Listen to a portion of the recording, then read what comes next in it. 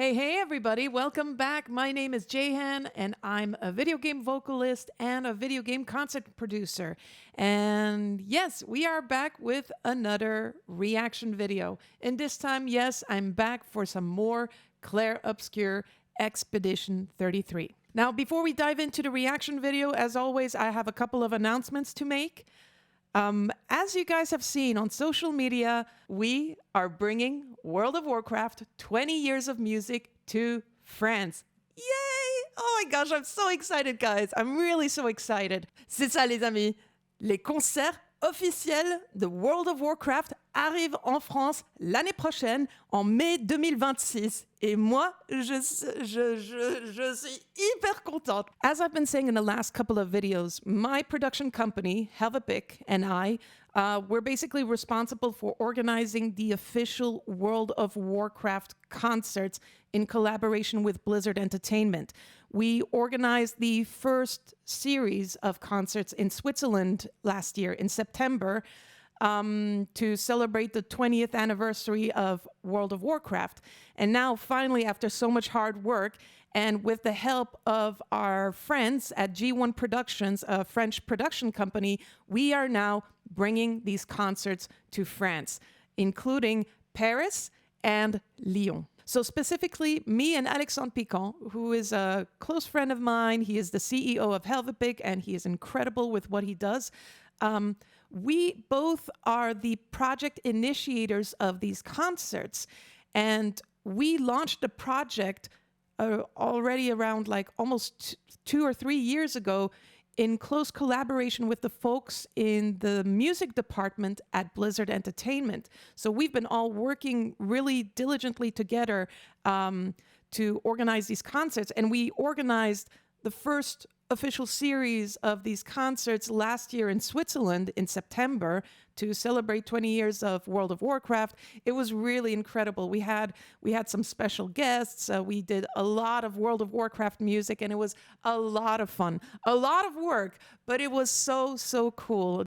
It was really an amazing time because we got to meet in person the people who practically shaped the musical identity of Blizzard for the last 30 years even. You know, we're celebrating 20 years of music of World of Warcraft, but for example, Warcraft itself has been around for more than 30 years now, and we got to meet all of these people, and it was amazing. It was so great. You know, these concerts took a lot of time to organize and to prepare for, and as soon as these concerts were done, we were looking to see if we can bring them abroad, and I'm happy to say that these concerts are now coming to France in Paris and in Lyon in May 2026. And I think it's going to be a lot of fun. It's going to be amazing. It's going to be really great. And if you guys are coming, the tickets are live now, so go get your tickets.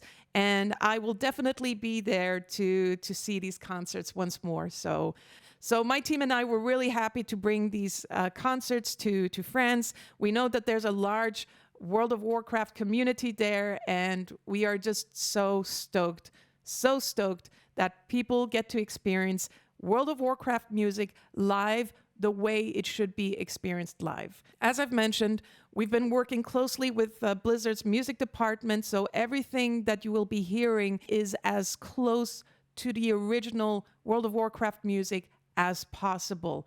And these are the official arrangements of World of Warcraft. So we are really stoked about this. These are not fan arrangements that you see a lot these days. These are the official World of Warcraft arrangements that have been approved by Blizzard. So if you want to hear and experience World of Warcraft music the way Blizzard would like people to experience it, then I recommend that you guys come and check out the World of Warcraft concerts in France, Paris and Lyon in May 2026. Alors pour la communauté francophone de WoW, moi je suis personnellement trop contente qu'on puisse enfin vous ramener les concerts à Paris et à Lyon. Vous allez pouvoir vivre vraiment la musique de WoW en live comme Blizzard veut qu'elle soit vécue. L'équipe LVPIC se réjouit tellement pour l'année prochaine et moi personnellement, je me réjouis de vous voir, de vous rencontrer en présentiel, en personne, à Paris et à Lyon en mai 2026. See you there, my friends. Secondly, and I'm going to be very quick with this, just as a reminder, my band and I, Jiggy Tones, we're going to be performing at Gamescom. So if you guys are there, if you want to hear some hard rock, metal, video game music, then come check us out. Follow us on socials, so Jiggy Tones, and like that you'll be up to speed in regards to when we're performing and on which stage at what time. All right, now that we have all of these announcements out of the way, let us talk about the music that we're going to be reacting to today. So today, we are going to be reacting to Aline from the video game Clair Obscur Expedition 33, composed by Lorient Testar and co-composed by Alice Duport-percier. So this song has been heavily requested by you guys in my chats, in my comments, and I'm personally really excited about this because I know, and you know, the cover image is a dead giveaway, that the motion actress for Maelle, Charlotte Hoepfner, is going to be in that video, and I'm really excited about that. I've got a little anecdote in regards to Charlotte Hoepfner, but I'm going to keep that a little bit for later on. All right, guys. You know what happens next. Grab your favorite drink. I've got Thorin Oakenshield from The Hobbit, the mug. And look, his lovely mug is on this mug. I'm sorry, guys. I love puns. I love puns. I'm going to quickly have a sip. It's so weird. I really, really love this mug because you can see, like, it has like some indentation and stuff like that. And if you tilt it just a little bit to the side, you can actually see the nose that's kind of like sticking out. And what's even weirder is that, you know, if I drink from it, from holding it and drinking like this, my lips are positioned right on top of his head. So it's almost like I'm drinking his brain juice. So I guess I'm gonna need some Thorin brain juice for this video. And it's really good. It's really good. It's ginger tea with honey. I love ginger tea. I feel smarter already. I feel more like a dwarf. All right, guys, let us react to Aline.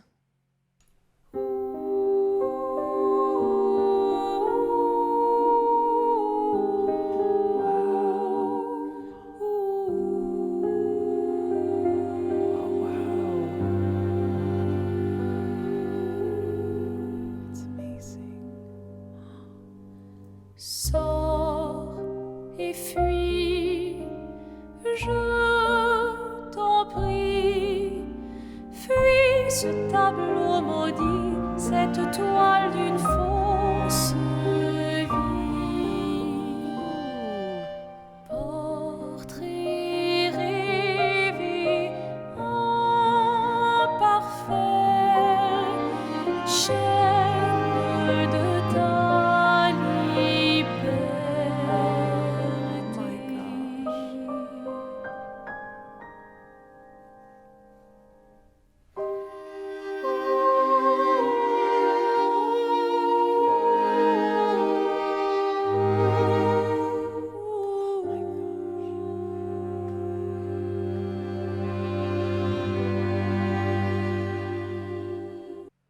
All right, let's stop here for now. Wow. Sorry, I'm gonna need like a second because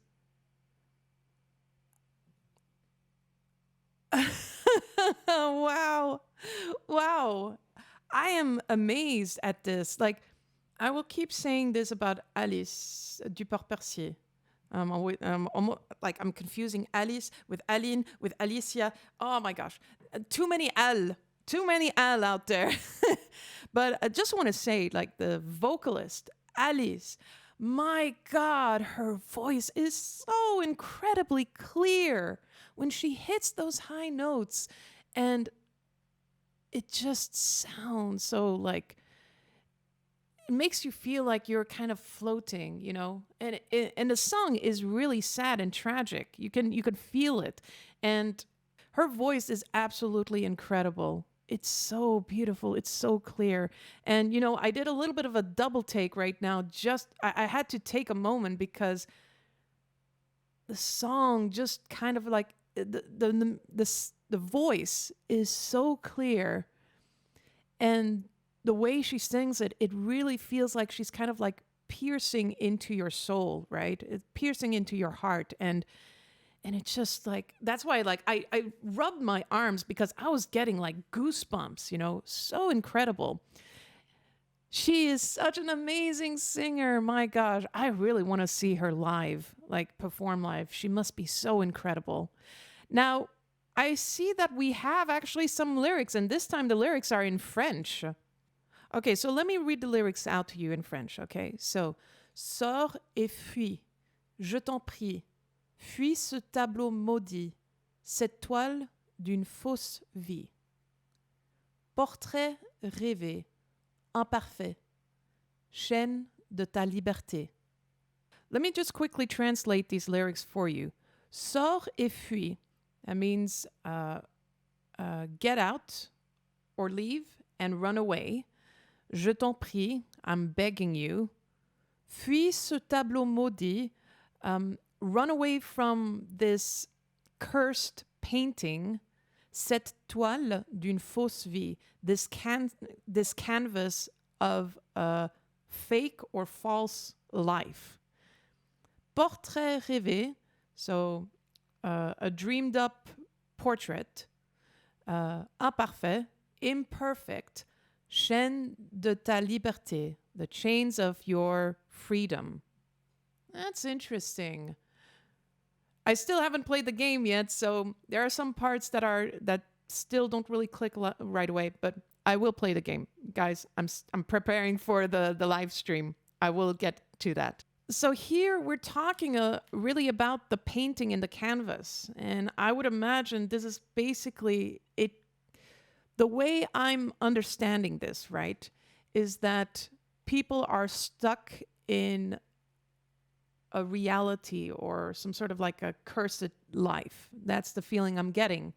Portrait rêvé, imparfait, chaîne de ta liberté. The dreamed up portrait could also mean the desired portrait, imperfect, and chains of your freedom. Okay, so let me just quickly talk about the context. The way I understand it, right, is that in the first verse, I think it's the verse, we're talking about someone telling others to run away and to abandon this life, this cursed life, basically. I would imagine that the painting or the canvas represents the current life, the current situation that they're in. And I think it's really interesting, but because when you think of paintings and when you think of canvas, aside from the colors, aside from the brush strokes, right? When you think of a canvas and a painting, oftentimes you have the borders, right? And that could, represent this idea of being limited to that painting, limited to that life. So I think it's really, really interesting. It's clear that this is like a comment on the current situation, and I would imagine that's the comment of the current situation in the beginning of the game. And probably it might change as the game progresses, but I don't know that yet. I haven't played the game again. And then when we have the chorus, we're talking suddenly about a portrait. When I read the chorus, I get the feeling we're talking about a person who is chained to a situation, chained to, who is unable to be free, basically. So the verse talks about the reality of the situation and what people should do to run away from the reality of such situation. But then when we jump to the chorus, we're talking about a person. We don't specifically say who.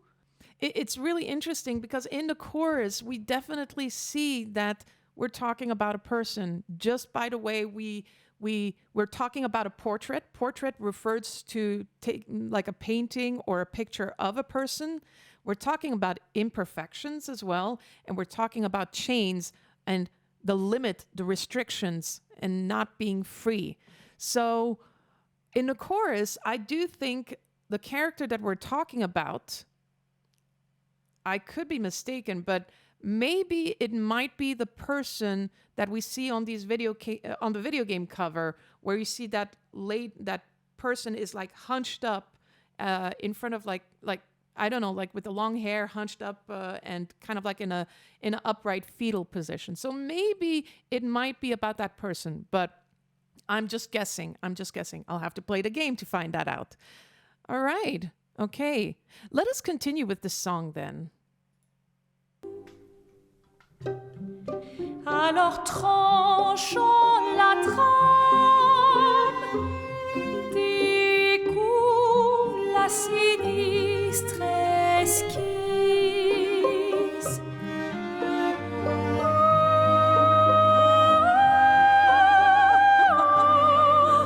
Sors et fuis, je t'en prie.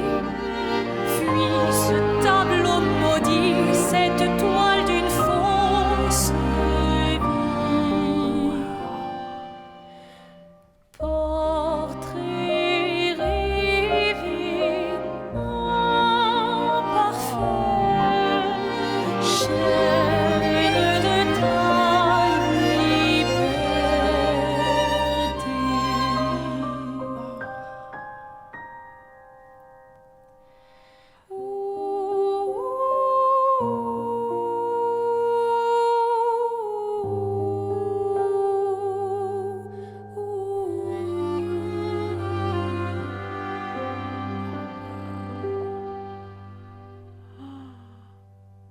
Wow, that performance.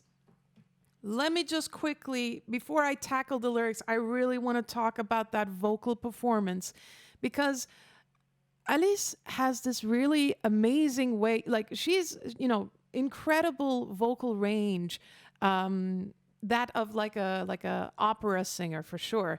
But what I really find amazing about her performance here is that she plays it up a little bit. She really is invested in her role that she's in her performance. She's really invested in her performance. She plays around a lot with the intonation of her voice. Sometimes her voice, when she reaches the high notes, it is so clear and it is so crystal clear and beautiful. And then when she goes to the verse, like she puts a lot of emphasis on the consonants, the pronunciation, and less so on the voice. What I want to say is, like, you can, in a vocal performance, you can keep everything all clear and beautiful, but if you add a little bit of some over pronunciation or exaggeration of some of the consonants in your performance, then you bring out a different kind of personality and something really interesting. She could go like sors et fuis, but instead she goes sors et fuis, like that kind of emphasis in her performance renders it not only beautiful, but something emotional to it. And it makes it so great to hear. It is very different, for example, with Alicia, where it's very vocal, it's very melodic. And here we have a little bit more of that pronunciation, these exaggerations, these emphasis on the consonants that really bring out a whole different set of emotions. Like, clearly there's like this sense of urgency that when she does that, there's this sense of not desperation, but kind of like there's something there. There's something there when she does that, when she emphasizes her consonants, and it's beautiful. It's enticing. It's mesmerizing to hear that, and you're just listening. She's telling a story. She's telling the story. Again, Alice is a really, really incredible vocalist. My gosh. And I love that she adds a little bit more than just, singing, adding a little bit, some of those emphasis on the consonants. That really just brings out more character in a vocal performance. And it contributes to also telling a story in a very effective way, not just reading the lines out loud, but actually through your voice, through your pronunciation, telling you how dire the situation is in the context of the game. All right, so let's jump into the lyrics right now. Alors tranche entre la trame, découle la sinistre esquisse. Huh, okay, that's interesting. So cut through the weave. I think it's cut through the weave and untangle or unstitch the sinister sketch. Okay. So cut through the weave and then unstitch the sinister sketch. That's interesting. I just find it interesting that there is the use of textile and threads and tissue in the context of painting. I mean, the only type of tissue that would be involved in painting is when we talk about like the canvases. My dad's a painter, and the canvas itself is made of some threads. Ah, okay. Could that be it? When you've got a canvas that is made of a particular tissue, and it is, I don't know if it's like weaved together, but when you have a canvas, it is made of a tissue. And when I think about painting, and you've got like an empty canvas, right? And that's probably what it's talking about here. You start out with an empty canvas and then you sketch on it. Any painter does that. Again, my dad is an impressionist painter, and he works with a lot of oil paint. And what he usually does is he's got this big empty canvas, and that canvas in of itself is made of like a particular textile or not tissue, but it's made of something, and it is kind of like a canvas that is made of some thread, basically. And on that canvas, he sketches out what he wants to paint, and usually he uses like kind of like a brown sort of chalk to do that, or some sort of like I don't know what's the exact term, but he uses something to sketch it out, basically. And I find it interesting because in that text alone, we're talking about the empty canvas that someone is sketching out something. So in a sense, it's kind of like saying that this person is determining the fate of that canvas, the fate or the destiny. Like, I think it's more fate, because fate tends to be usually a more negative connotation. So really, in the idea of this canvas, basically, it's saying that undo everything, undo the canvas in of itself, the entire canvas, like down to the thread, down to the material itself. So I'm really getting this sense, this feeling that we're talking about a situation that has been defined as it is, like that, and that in order to get completely out of this situation, you have to completely undo everything down to the origin, all the way down to the basic material. Really undo everything. So that's really, really interesting. Sors et fuis, je t'en prie, fuis ce tableau maudit, cette toile d'une fausse vie. Again, the same thing.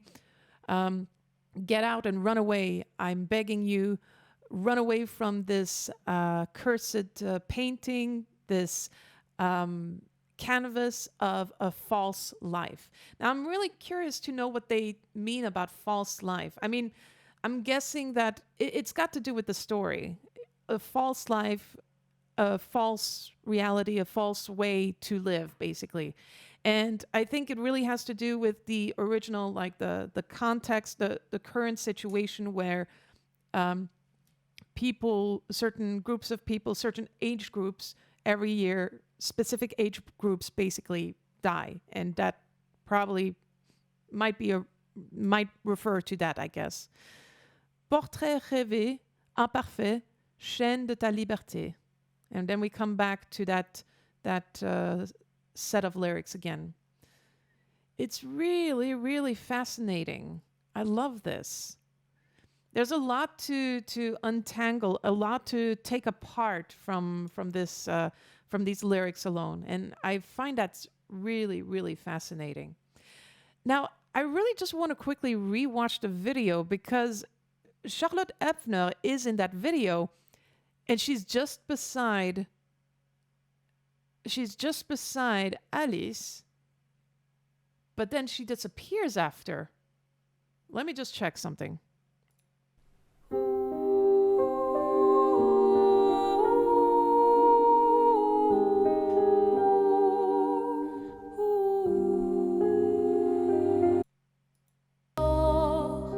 Et fuis, je t'en prie, fuis ce tableau maudit. Okay, so the way I'm seeing it, Charlotte Hoepfner appears just in the beginning of the music video. So what I find really interesting is that clearly I'm assuming that it's her character, Maelle. Maelle has a very important role in the story. And she's in the beginning right next to Alice and singing along with her. And then when Alice sings on her own, Charlotte just looks at her. She's just kind of like observing her and then kind of like leaves the frame of the video, disappears, and I believe does not come back, basically. Yeah, she's basically gone throughout the rest of the video. So she just makes a little cameo. I was kind of expecting her to dance, not gonna lie. I was expecting her to dance. I'm a little bit, because, yeah, I'll quickly share this anecdote with you guys. Actually, in one of my previous videos, I did a 1 hour analysis of not only the music, but the dance performance that Charlotte did. I was trying to explain like, this movement can mean that, and that can mean this, and that, which I still think is true. But I got actually a message from Charlotte Hoepfner, and she said she really loved the video. And she explained to me that she improvised her dance. And I was like, oh my gosh, that's so cool. Like it's so cool to see that, not only she saw the video, but she improvised it. And, and even though she improvised it, I think and she only had the night before to apparently, she had to really improvise the dance on the spot, And what I find really absolutely fascinating is that this dance is so mesmerizing. And I have, when I see the dance, I see that there's this character who has lived through some things, and she's an actress, primarily an actress. So I feel like she's still managed to tap into her emotions and the acting that she's done for the game, the motion capture, the really kind of like the story that she lived through her character Maelle. And the dance now, when I think about it, it really kind of feels like an ode to that character, kind of like a tribute to that character. And it's really, really cool to just hear that she completely improvised that dance. Even if she improvised it, she really managed to tap into her emotions and really use her movements, her gestures to express how she lived her character. And I think that really taps not only into a skill of a dancer, but also into the skills of an actress. And I'm really, really excited to meet Maelle now in the game. And again, lots of love to Charlotte Hoepfner. She really did a fantastic job. And it's great to see her in this music video as well. And I'm curious. I'm looking forward to understanding the whole thing, to piece everything together once I've played the game. So, all right. So let us talk now about the video in of itself. And it's always great to see the Orchestre Curieux. Once again, with all our favorite musicians. Let me just list them out for you, okay? So we have Oran Donadieu at the piano. We have Claire Théobald for violin 1. We have Marianne Minjou for violin 2. We have Pierre Pascal Jean on the viola. This Pierre Pascal, the one that I've always been constantly commenting about. Then we have Pauline Boudon for cello 1, Alec Fukuda for cello 2, Lilas Berolt for double bass. When I look at some of these shots, now again here, what I find really, really cool is that we have a different type of color grading.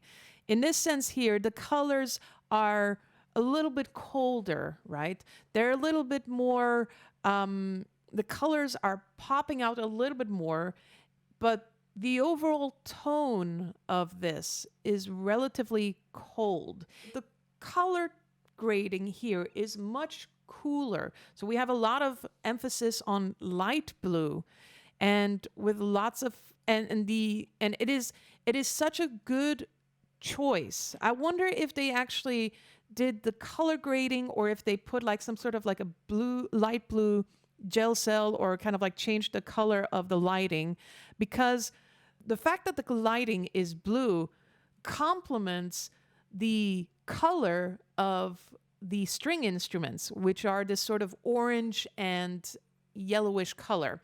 Now, if I'm not mistaken, in color theory, the opposite color of light blue is normally, it's orange. It's orange. Basically, in color theory, you use one particular color and you take the exact opposite color of that, then it complements each other and brings out these colors. In color theory, we have what you call complementary colors. You have the primary color, right? Let's say blue is the primary color. Now, the complementary color is orange. And when you look at the music video, if you see the two types of colors that pop out, it's light blue and it's orange. We have a good play of complementary colors here. When I see this, it's really a great use of complementary colors. And I think that's why, like, the film crew with Daniel Sicard, they did a really excellent job on that. And this light here, it's so light blue, and it just brings out the colors of the instruments. You know, it's really, really smart the way this has been filmed. It's clear that a lot of thought went into the production of these music videos. It's not just people setting up cameras, people setting up random lights left and right and just filming like this. Like, you had to think about not the way things appeared, but also the look of the color that could be brought out in this. So it is really, really well done, this use of color. And I love this shot of Alice Duport-Percier, where all the musicians in the background are, blurry, but you have the light, this blue light that kind of like bathes everybody else into this bluish light, and then she stands out above everything. It is so aesthetically beautiful. And I just wanted to come back to when I was talking about color theory, right? When we talk about color theory, we're talking about complementary colors so that both colors can be brought out in a video or in a painting.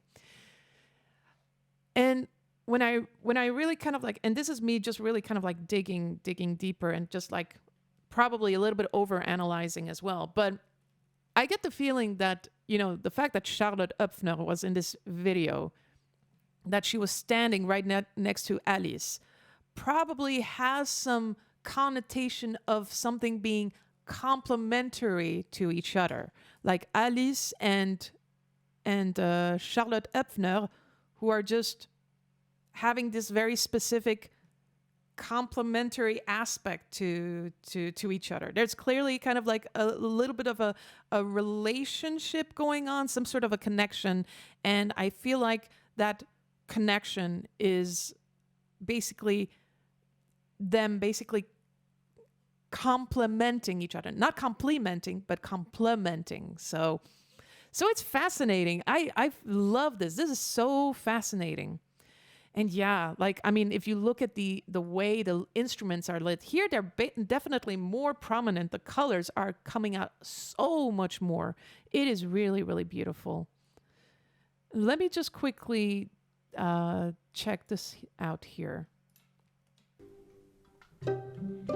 Alors tranchons la trame.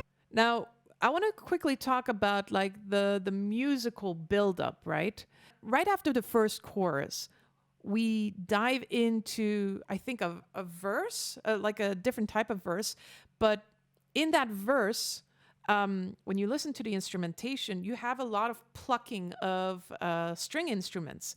And it's this sort of feeling of like anticipation and not really urgency, but something that like pushing you to move, basically.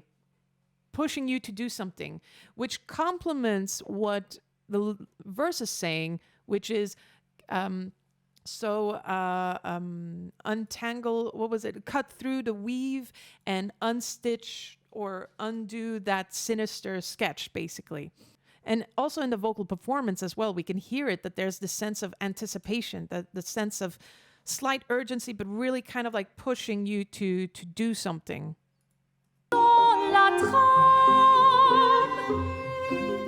Oh, that's interesting. So if you pay close attention to this part, we have the viola player who is playing like in legato. So that means like dee dee dee. Like that's a way of playing like a string instrument.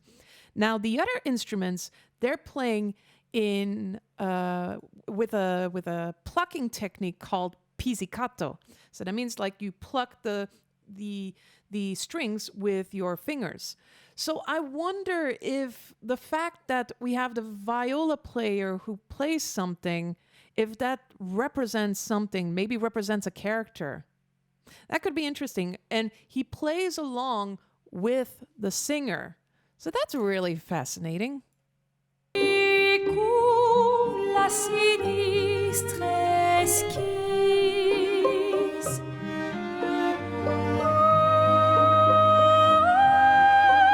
Oh my gosh, like, that part. Oh, it's so beautiful. It's so clear. It's so, oh yeah. I love this. I love this so much.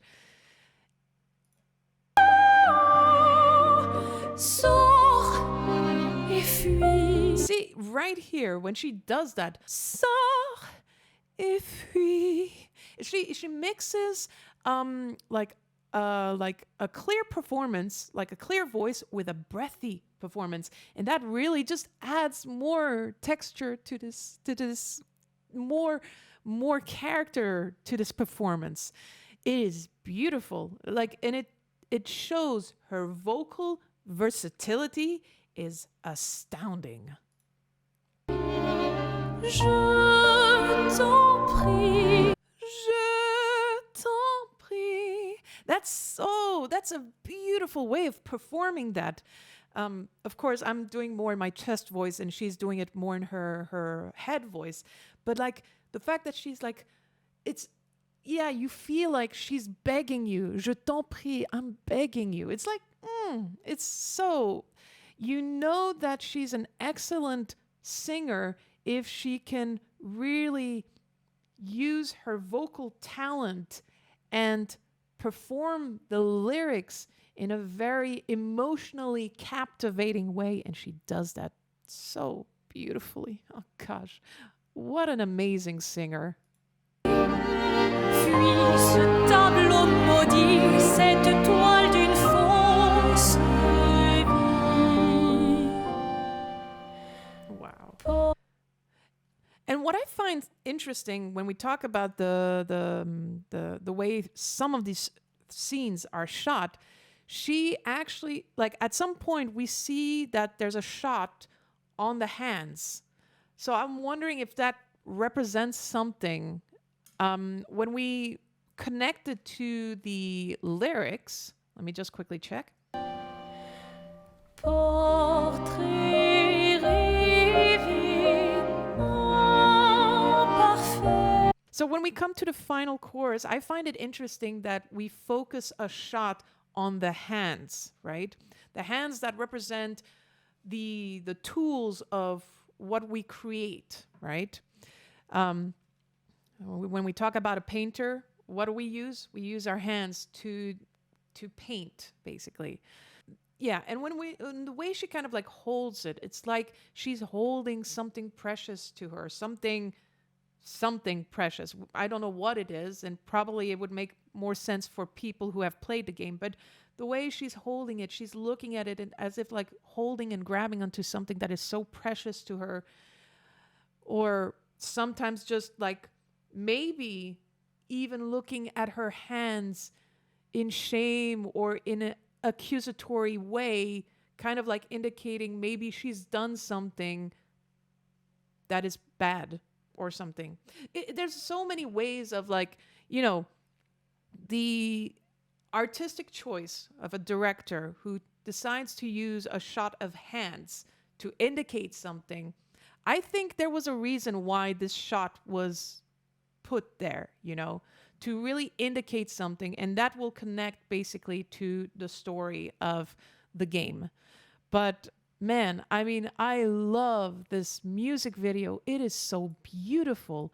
It is so gorgeous, so beautifully filmed. I also find, I did not pick up on this, but I find it interesting that she has a different wardrobe and that she has a different haircut. So maybe that represents something. Like she has a darkish gray coat or dress on. It's probably more of a dress, but even like it's really beautiful, and the hair is pulled back in a certain way. I think in Alicia she had a different hairstyle. In Lumière as well, she had a different wardrobe, like constantly a different wardrobe, and this one is more gray. I think it was also chosen to, you know, complement a little bit the other colors that are in the video, which is, you know, bluish and orange. And I think like a good in between is like, you know, having like a bluish gray outfit to help with that. The song is so beautiful, and the way everything is shot is just absolutely amazing. And you guys will see that when you look at her face with this ever-present bluish color, the thing that will pop out the most are not only the instruments, but also the color of her lips, because it's basically like a reddish orange color. So I think, like I said, a lot of thought went into the production of those music videos, and I'm still blown away at the idea that they shot, I think, 6 music videos in a single day. It wasn't 5, it was actually 6, and that really just like blows my mind. They basically had like 2 hours to shoot every music video, and you have to take into account that they had maybe like 1 hour maximum for the next music video. It's amazing. It's really, really amazing. And I love diving into this. I love discovering the hard work that went into these music videos. It's clear that the film crew, Daniel Sicard, Lorient Tester, Alice Duport-Percier, even down to Charlotte Hoepfner, they have all done such an amazing job with these music videos. Down to the dancing, down to the presence, their presence in these videos. They they communicate something, and it's really, really fascinating to see this. This has been such a beautiful treat. I always get so amazed at Alice's incredible performance and at Lorient's beautiful ability to tell a story through his music. It is really, really amazing. And you can tell these are all very passionate people. And I am very happy for them because clearly the game and the music is so successful, and a lot of people appreciate that a lot, and makes me really happy for them. It's clear that a lot of hard work went into this. A lot of work went into this. And they're a small team, and they really had to, I'm sure they had to work so much to make these games. I'm just really, really happy for them. Like, whatever success that they have, they fully deserved it. I'm really, really happy for them.